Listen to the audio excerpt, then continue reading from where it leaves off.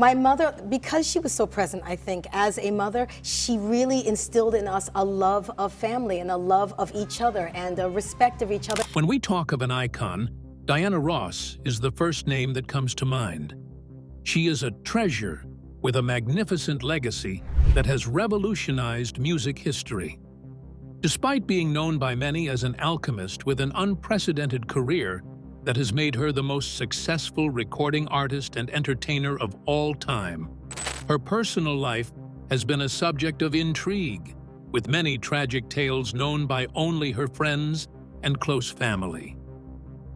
What are these tales? Could there be a secret life that Diana has managed to keep hidden from the world? Join us as we unveil how Diana Ross's son reveals the awful truth about her. Diana Ross, beginning and childhood. Diana Ross was born in Detroit, Michigan, on March 26, 1944. She was the second of 6 children born to Ernestine, née Moten, who lived from January 27, 1916, to October 9, 1984, and Fred Ross Sr., who lived from July 4, 1920, to November 21, 2007. Diana's mother named her Diane, but the birth certificate was mistakenly filled out with the name Diana. Her family and Detroit friends called her Diane all her life. Ross grew up with 2 sisters named Barbara and Rita, and 3 brothers, Arthur, Fred Jr., and Wilbert, also known as Chico. Ross was raised a Christian, in fact, a Baptist. Ross and her family originally resided at 635 Belmont Street, in the North End section of Detroit, near Highland Park, Michigan, where her neighbor was Smokey Robinson.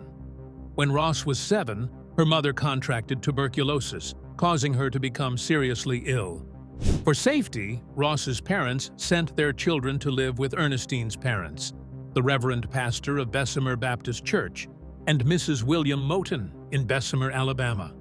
After her mother recovered, she and her siblings could return to Detroit. On her 14th birthday in 1958, her family relocated to the working-class Brewster Douglas housing projects, settling at St. Antoine Street.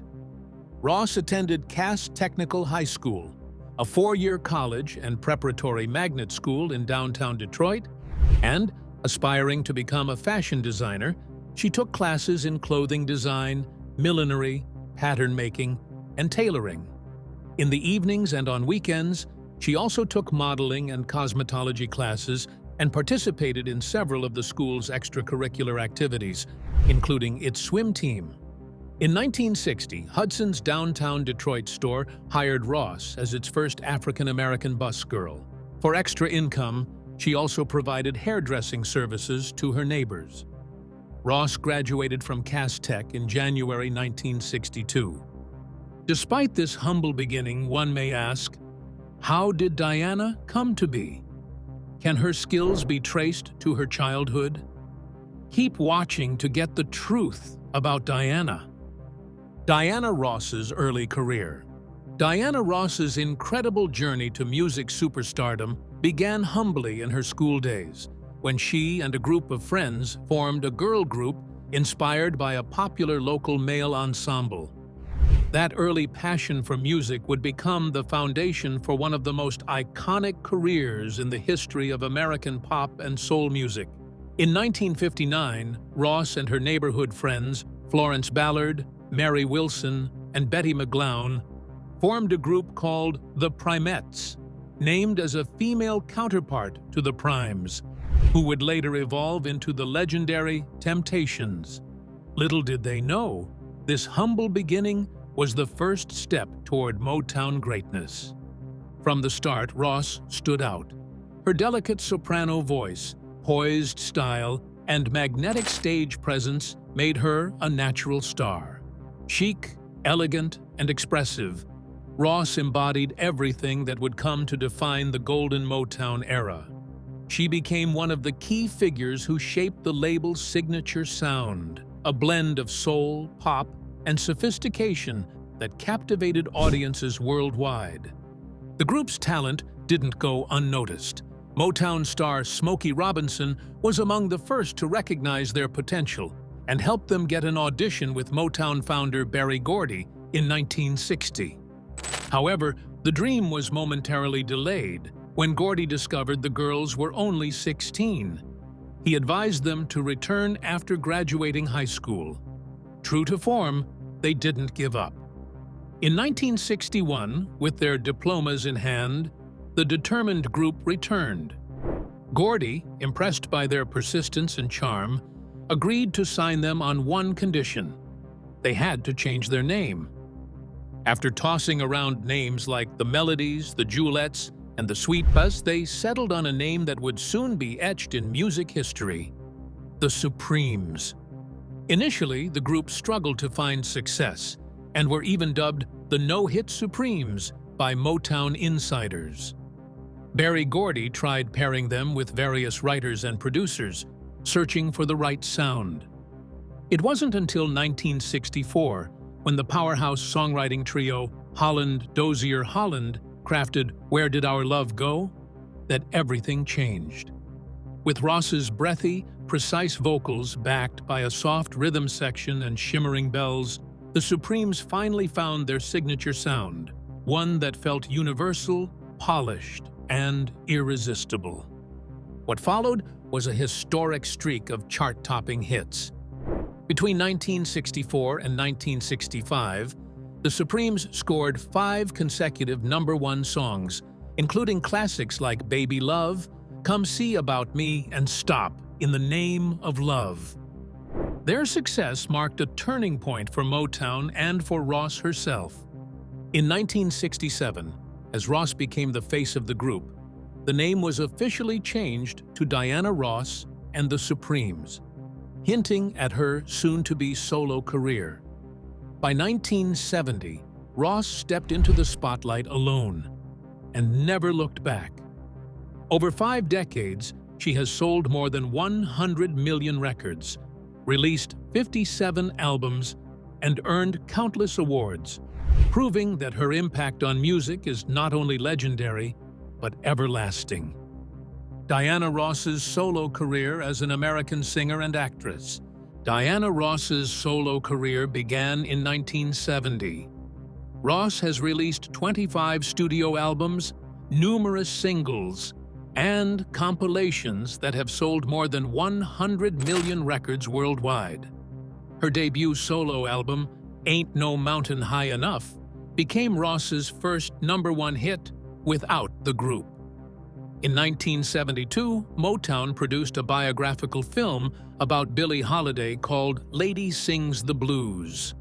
Ross was well received in her role as Holiday, and the film garnered spectacular reviews and a Golden Globe Award. 5 years later, she starred as Dorothy in the Broadway play The Wiz, an African-American spin-off of The Wizard of Oz. Also, Upside Down, a song from Diana's album, was released in 1980. It marked Ross's 5th single to top the charts and was also massively popular overseas. Her most successful album as a solo artist to date, Diana reached #2 on the Billboard 200 chart and remained on the chart for 52 weeks. Throughout her solo career, Ross has continued to perform on film, television, and stage. In 1980, Ross left Motown and signed a $20 million contract with RCA, receiving the largest amount of money ever paid to a single artist. While with RCA, Ross produced several gold-certified albums and a number of hit singles. In 1983, the Supremes trio returned to the limelight for the TV special Motown 25 Yesterday, Today, and Forever, performing one song. Ross sang at the Super Bowl in 1996 and presented at the MTV Video Music Awards 3 years later. She proposed a Supremes reunion tour in 2000, but Wilson and Birdsong declined because of contract disagreements. The tour continued with 2 replacements, although it was canceled after its first shows due to poor sales. Among her accolades, Diana Ross sang for the Queen of England. In 2007, she had 2 stars on Hollywood's Walk of Fame, and the Kennedy Center Honors Committee honored Ross for her influence on American culture. Diana Ross is still active musically, releasing records and touring in the US, Canada, and Europe. On November 16, 2016, Ross was announced as one of the 21 Presidential Medal of Freedom recipients, the nation's highest civilian honor. Also, in 2023, Supreme's co-founders Ross, the late Mary Wilson, and Florence Ballard received the Grammy's Lifetime Achievement Award. Ross became the first woman to win the award twice, as she earned a solo honor in 2012. Diana has slowed down her career as she prepares to enter her 8th decade. On March 26th, the Grammy winner was announced as the face of Saint Laurent by Anthony Vaccarello's new campaign for the French brand's Spring 2024 collection. Diana Ross, her relationships and love life. Even though Ross had an amazing career, she was also an amazing lover with great taste in great men. Diana Ross's life may be quite different from the image many have of her, but she sure knows how to make great partners. Many famous men have relationships with Diana Ross in one way or another, and these men could only count themselves lucky. Starting with Berry Gordy, Diana Ross's relationship with Motown founder Berry Gordy dates back to the early days of her career, as he played an instrumental role in launching the Supremes to stardom. The two began a romantic relationship in the 1960s, resulting in their daughter's birth in 1971. Though their romance waned, their professional collaboration continued, with Gordy co-producing several of Ross's chart-topping hits. Their lifelong connection, both personally and professionally, is a testament to their immense impact on each other's lives. Diana Ross's relationship with actor Jon Voight began in the 1970s after they met through mutual friends in Hollywood. Their love story captured the attention of media and fans alike, as both were iconic figures in their respective fields. The two attended numerous events together and even collaborated on a few projects, but eventually called it quits after a few years of dating. Despite their separation, they remained amicable, leaving a lasting impression of mutual respect and admiration. Since childhood, Diana Ross and Smokey Robinson have been close friends. Their connection dates back to their early days in Detroit, long before fame graced their lives.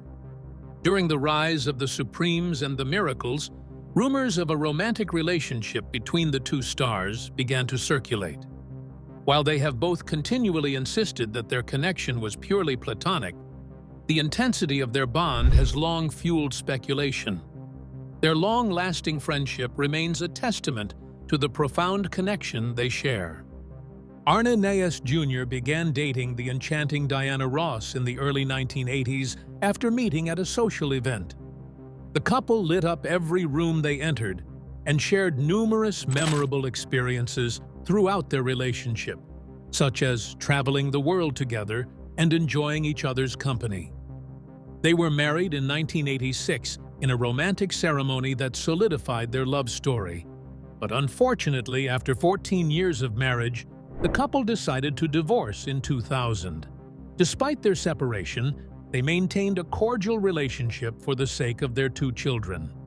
In the late 1960s, Diana Ross and fellow Motown artist Eddie Kendricks developed a romantic connection. The two shared a bond as artists and personally as they navigated the turbulence of fame and life in the public eye. However, their romance was short-lived, as they eventually prioritized their careers over their relationship. Their time together remains a memorable chapter in the tapestry of both their lives. Diana Ross began dating the larger-than-life Kiss frontman Gene Simmons in the early 1980s after her split with Silverstein.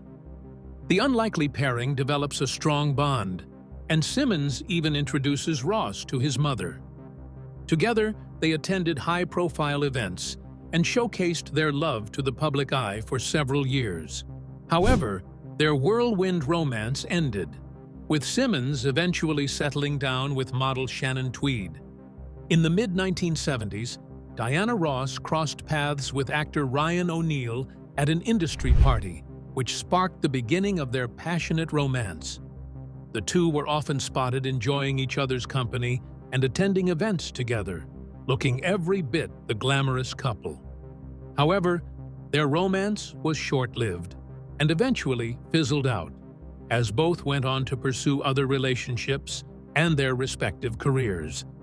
Despite the brevity of their time together, their union remains a memorable chapter in both stars' lives. Renowned tennis icon Arthur Ashe and Diana Ross were romantically linked in the late 1960s after meeting at a charity event. The two were spotted attending several high-profile events together and shared a strong connection both on and off the court. Although their relationship lasted only a short time, the couple's mutual admiration lingered long after their split. They remained friends, supporting each other's careers and philanthropic endeavors throughout the years. In the late 1960s, Diana Ross worked closely with renowned fashion photographer Francesco Scavullo on a series of stunning photo shoots. Through their collaborations, a romantic relationship blossomed between the two, despite Scavullo's openly gay identity.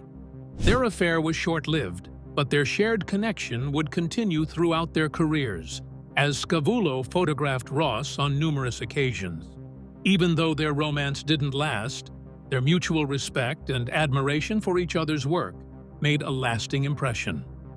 The early 1970s saw Diana Ross briefly dating legendary Hollywood actor and director Warren Beatty. Though their relationship was short-lived, it garnered significant attention due to Beatty's reputation as a notorious womanizer. Despite the brevity of their romance, Ross and Beatty remained friends, even working together later on Beatty's film Reds. This chapter in their lives is a testament to the magnetic charm and allure they both exuded during their time as a couple. Diana Ross married music executive Robert Ellis Silberstein in 1971, just months after the birth of her first child with Motown founder Berry Gordy. Throughout their marriage, they welcomed two daughters and supported each other's professional achievements, with Silberstein acting as Ross's manager. However, after 6 years of marriage, the couple decided to part ways, ultimately divorcing in 1977. Despite their separation, they remained committed to co-parenting their children and maintaining a positive relationship. In the early 1980s, Diana Ross was briefly linked to fellow star Richard Gere. Although there was not much public interaction between the two during their short-lived romance, their pairing made headlines due to their shared status as Hollywood icons. Ultimately, their relationship was fleeting, as both moved on to other romantic endeavors. However, their connection remains a memorable moment in the annals of celebrity romances. In the early 2000s, former New York City Mayor Michael Bloomberg was briefly rumored to be romantically involved with Diana Ross. The pairing made headlines due to Bloomberg's status as a powerful public figure and the unlikely nature of their union. However, their relationship never blossomed into anything more serious, and they soon went their separate ways. Despite the brevity of their time together, the coupling remains a fascinating piece of Ross's romantic history. Diana Ross and Michael Jackson's friendship began when a young Michael and the Jackson 5 were introduced to the music scene by Motown Records. However, it wasn't until later in their careers that rumors of a romantic relationship between the two superstars began to swirl. Though they both denied being anything more than friends, their undeniable chemistry and close bond fueled speculation. Reportedly, Michael Jackson was also in love with Diana Ross, and when she tied the knot in 1980, Michael was jealous because he said, "I loved her and always will." However, throughout their lives, they supported each other, often attending events and singing each other's praises. They co-starred in The Wiz and collaborated on multiple occasions. They were so close that Jackson's will stated that if his mother couldn't care for his children, they would go to Ross instead of any other family member. Still, according to some people, Diana was the love of Michael Jackson's life. It is said that he confessed his love for her, and they loved each other. Diana Ross's toxic friendship with Sher. Diana Ross and Sher have a lot in common. They're both legendary singers, have powerhouse pipes, and started in the 1960s. In 1975, Ross and Sher were co-presenters at the first Rock Music Awards. Both are American icons who achieved superstardom in the 1960s, but in the 1970s, they were also in love with the same man, Gene Simmons. However, soon Ross found out that she wasn't the only one with a relationship with Gene Simmons.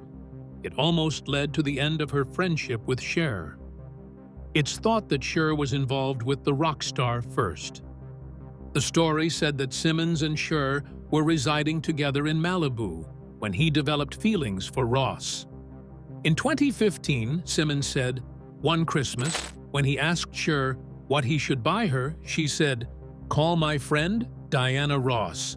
She will tell you exactly what I like, as she is my best friend.'" So Simmons called Diana up, and they went shopping. Then, their feelings for each other developed quickly, and they started a relationship. After that, Sher and Diana's friendship became loose and worn out. Diana Ross mourns the love of her life. After dating Gene, Diana Ross later tied the knot with Norwegian businessman Arne Næss Jr. in 1985. In February 2011, Diana told Oprah Winfrey during an appearance on her show that she considers Arne the love of her life. Their marriage happened swiftly after the meeting. Diana Ross and Arne Næss were married for 13 years and divorced in 2000. Unfortunately, in 2004, the BBC reported Arne Næss's death. The 66-year-old died on January 13, 2004, in a mountain climbing accident in South Africa. Ross was interviewed after his funeral, and despite being divorced for 4 years before his passing, she expressed her grief, stating that it was a very difficult day for her and her boys. However, she attended her ex-husband Arne Næss's funeral to sing his favorite hymn. The 59-year-old singer put on a brave face for the service in Oslo, Norway, on January 21, 2004. Diana Ross. Her life as a mum. Diana was 2 months pregnant with a child, who she conceived with Motown big shot Berry Gordy, when she decided to marry music executive Robert Ellis Silberstein in January of 1971. Rhonda Suzanne Silberstein was born the following August, and Robert raised her as his own. They subsequently welcomed 2 more daughters into their family, including Tracy Joy Silberstein, better known to Blackish fans as actress Tracy Ellis Ross, in 1972, and Chudney Lane Silberstein, born 3 years later in 1975. In 1986, with her second marriage, she became a stepmother as Arne brought older children Katinka, Christopher, and singer Leona Næss to the blended family. She also became a boy mom. The couple welcomed 2 sons, Ross Arne in 1987 and Evan Olav in 1988. After losing the father of her kids, she admitted that her life felt quite lonely, especially during her years as a single mother with no one to share responsibilities or rely on. She carried everything on her shoulders for a long time, leading to a complicated relationship with solitude. While Diana Ross values her solitude, she also feels guilt. She writes about how the extensive weeks and months of traveling were difficult, causing her to miss her husband and children. She noted how she mostly feels guilty about leaving her kids to source for livelihood. She starts to think the person watching them does not care for them as she would. Although she always talks to her children on the road, She forms pictures in her head of how their faces look while they talk. However, while she thought it was all good, it turned out that it wasn't. Diana Ross's traumatic moments, losing family members. Although Diana Ross may have had everything, her memoir, Secrets of a Sparrow, reveals a different story. In her book, Diana Ross reflected on her childhood and gained a deeper understanding of her mother's hardships. To ensure their happiness, she also remembered the circumstances surrounding her mother's passing, which occurred 2 years after being diagnosed with cancer. Ross wrote about how fast and traumatic it was for her. It is evident that she was trying to hold on to life, as one could also see that life was slowly leaving her. During that period, Diana Ross was busy with a series of Radio City Music Hall concerts. After each show, she would fly back home to Detroit, then return to New York in time for the following evening's performance. One of her greatest regrets in life was not canceling the shows to spend more time with her mother. She wrote, "I tried to be strong for her and the rest of the family. Knowing what's right when things are happening isn't always easy." Diana had also lost her brother, Tim, in his own house. Diana Ross talked lovingly about her siblings in her book. Her brother Arthur was called T-Boy when he was young because he was very small for his age. Then, in 1996, both T-Boy and his wife, Patricia Ann Robinson Ross, bodies were found in their house's basement in the Detroit area. They had been married for less than a year. According to the Tampa Bay Times, both Arthur and his wife were tied up and suffocated with plastic bags. They were found dead in their house's basement, estimated to have been there for 2 to 3 weeks. Jet reported that neighbors alerted authorities due to a foul odor from the home. Ross expressed her shock, saying she loved him very much. Diana Ross's nearly faced jail terms. Her travails didn't end with family members' deaths, though. Again, her lowest moment may have been in December 2002, when Ross found herself spending 22 and 8 hours in jail after being arrested for driving under the influence. The incident occurred on December 30th, 2002, in Tucson, when a motorist phoned police to report a car driving the wrong way down a busy road in suburban Tucson late at night. Officers found a red-eyed Ross outside a video shop, unable to stand on one foot or write the alphabet. Officers conducted a test revealing a blood alcohol concentration of 0.22%, significantly exceeding the state's legal limit of 0.8%. The judge sentenced Ross to 2 days in a Los Angeles prison. Under the plea agreement, 2 related charges were dropped. She must also pay an $850 fine and complete a year's unsupervised probation. Ross was permitted to address her case via phone from New York, but was ultimately sentenced to 48 hours in jail. However, she was released early due to a female guard's inability to attend her stay in Greenwich jail. Overall, Ross spent 47 hours in the custody of Greenwich police over 3 days.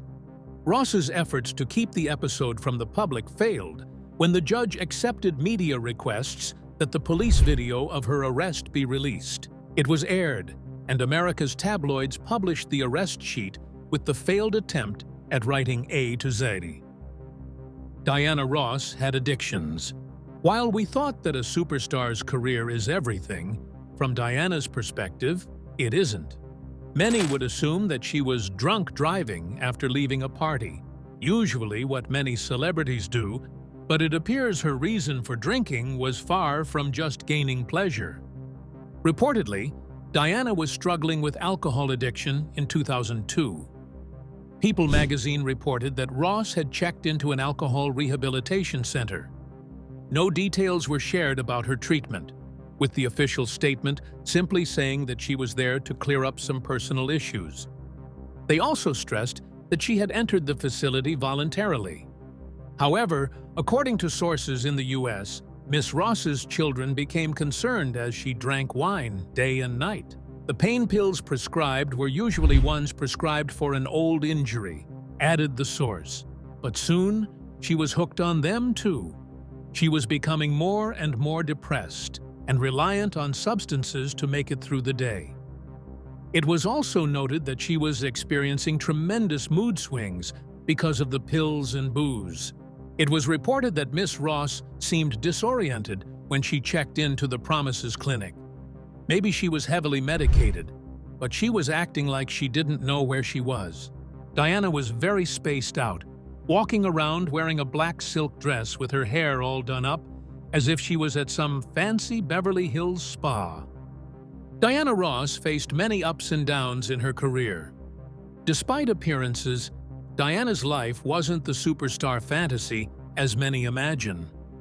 She candidly shared her journey in her memoir, revealing that her departure from the group wasn't as seamless as it seemed. The Supremes accomplished a lot in the 9 years span between signing with a record company and disbanding. The first major change happened in 1967 when Florence Ballard faced challenges with alcohol addiction, leading to her dismissal by Berry Gordy and the other members. She was replaced by Cindy Birdsong. Just 3 years later, Diana Ross would also bid farewell to the group. Mary Wilson, one of the original members, left and revealed that things took a turn for the worse when Florence Ballard, still coping with the aftermath of a traumatic day, departed from the group. Wilson believes this is when Diana Ross began pursuing a solo career, ultimately leading to the group's demise. Wilson didn't hold back, sharing anecdotes about Diana Ross's fiercely competitive nature. She reportedly said, "If you happened to be in her way while she was going toward the center, that was your fault." She craved attention and could seem almost ruthless in her attempts. However, she was honest about the pressure of a tough schedule, lack of sleep, constant traveling, and performing non-stop on tours. She shared that it got so difficult that she couldn't even eat. She said to put the food in my mouth at one point, but my jaws would clamp together, and I couldn't chew. It got so cold that I couldn't even tolerate the smell of food. I was becoming skin and bones, and eating became repulsive. She remembered getting rashes before shows, especially when they had to do up to 6 performances daily, with Berry Gordy pushing them to keep going. She wrote about the constant fear of what would come next. Throughout it all, she was terrified that people would see she wasn't good enough and that everything would collapse despite facing numerous challenges. Diana Ross remains grateful. On March 28, 2024, Ross noted that she had a beautiful and exciting 80th birthday party with family and friends. Thus, she is very grateful. She released her album Thankful. She made it clear that one can't stop thinking, so thinking good thoughts is thinking gratitude. Similarly, Diana Ross felt a unique gratitude during the Supremes' fame peak. In her memoir, she expressed how she recognized their luck in achieving success while it was happening, while many realized their fortune only after it was gone. Ross always appreciated the opportunity to make a living doing what she loved: singing. Diana Ross kept her personal struggles hidden until she shared them in her memoirs. Throughout her career, she remained an iconic singer who captivated people with her music and undeniable talent. And despite her struggles, she has shown herself to be a great mother to her children and an icon that cannot easily be forgotten in history. Thanks for watching. Make sure to subscribe to our channel and check out another of our interesting videos before you leave.